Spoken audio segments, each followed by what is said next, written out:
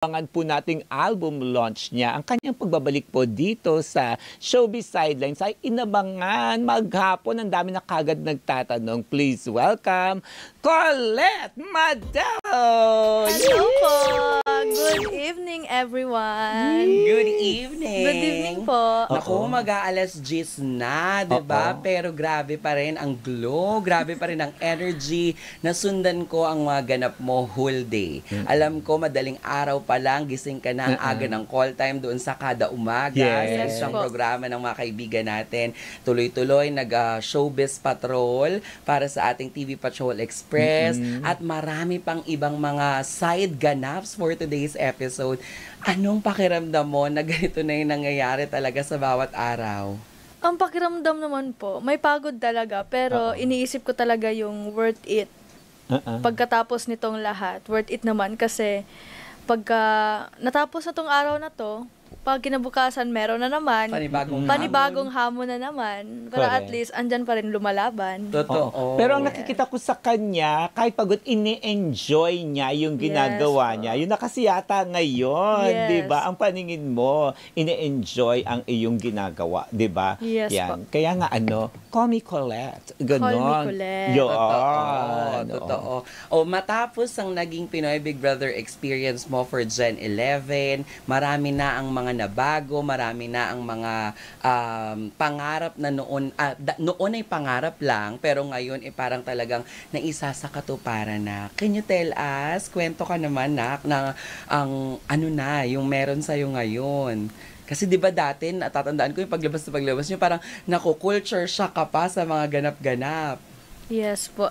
Siyempre, dati, pangarap lang to, pero ngayon, hanggang ngayon po talaga, hindi pa rin po ako makapaniwala na nakaabot po talaga ako dito. Kasi kapag bago po ako matulog, iniisip ko po talaga, sabi ko, totoo ba talaga itong nangyayari to? Kahit nasa loob pa ako ng bahay ni Kuya, totoo ba na PBB na? Kahit the processing ng PBB. Totoo ba na totoo na to? Parang ganun po. So parang, at the same time po, na-overwhelm po ako sa lahat ng mangyayari. Pero, sa mga nangyayari, pero andyan pa rin po yung sinasabi ko sa sarili ko na oo, totoo na to. Oo, eto na yung pangarap na pinakahinihintay mo. So, ang gagawin ko na lang, i-give yung best at eto, mag-live na ng ganitong buhay at masanay. Totoo. Yes. Papaano ipagsabayan siya sa dance floor sa ASAP? Totoo. Diba? Parang who would have thought na kung dati ang ASAP ay pinapanood mo lang all the way from Jensen. Correct. Ngayon, isa ka sa inaabangan at isa ka sa mga nakikipagsabayan talaga doon sa dance floor. Diba dati, aminin natin, mga napapanood natin dyan, mga Shaina Magdaya. Correct. Yun yung abutan. Ikaw ang abutan for sure ay sina? Dayanara Torres. Siyempre mga original, di ba? Pops Fernandez. Happy. Hindi, magkakaibang kasi. Sorry. Partner. Ay, nga pala. Kasi may nabago sa'yo. Hindi ko alam. Ikaw pala yan.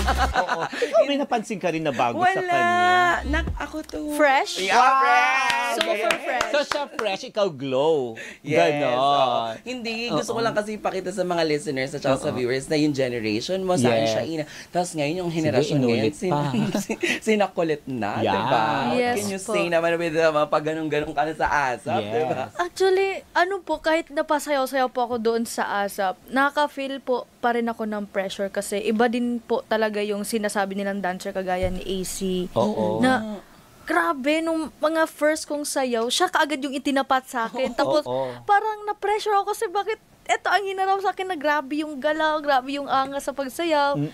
Pero, yun pa din, sinasabi ko pa rin sa sarili ko na kailangan mong mag-focus, baguhin, kasi nasa dance floor ka, kailangan mo ng ganitong mga galawan, ganun, more improvement sa self.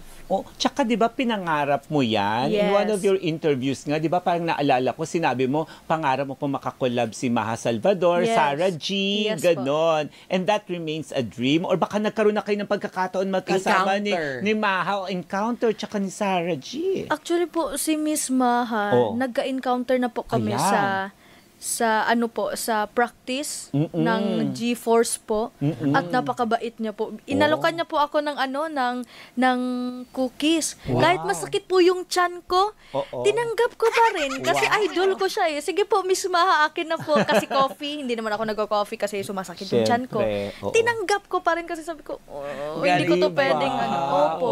Ang gusto ko na lang po talaga makita si Miss Sarah. Hindi ko siya mahagilap talaga, Miss Paano Sarah. natin mahagilap? Nasa Amerika ngayon, nagtutour. Correct. At pagbalik niya, sige, gawa natin ng paraan. Pumunta ka sa G Studios nila, makipractice ka doon. Yes! Pag weekend, may mga ganap sila, Mateo, Kuya Mati, balik ka. Pagbalik nila, sama tayo. Yun, magkita kayo ni Sarah G. Naku, ikaw bibigay ng parang ipagkukross mo ang landas ni Colette at ni Sarah G. Oo, tapos sabihin ko kay Sarah G, bigyan mo rin ng cookies. Ay, Ganun. hindi. Dapat iba yung ibibigay niya. Kasi si Manay nagbigay ng cookies. Sige, iba naman. Iba naman.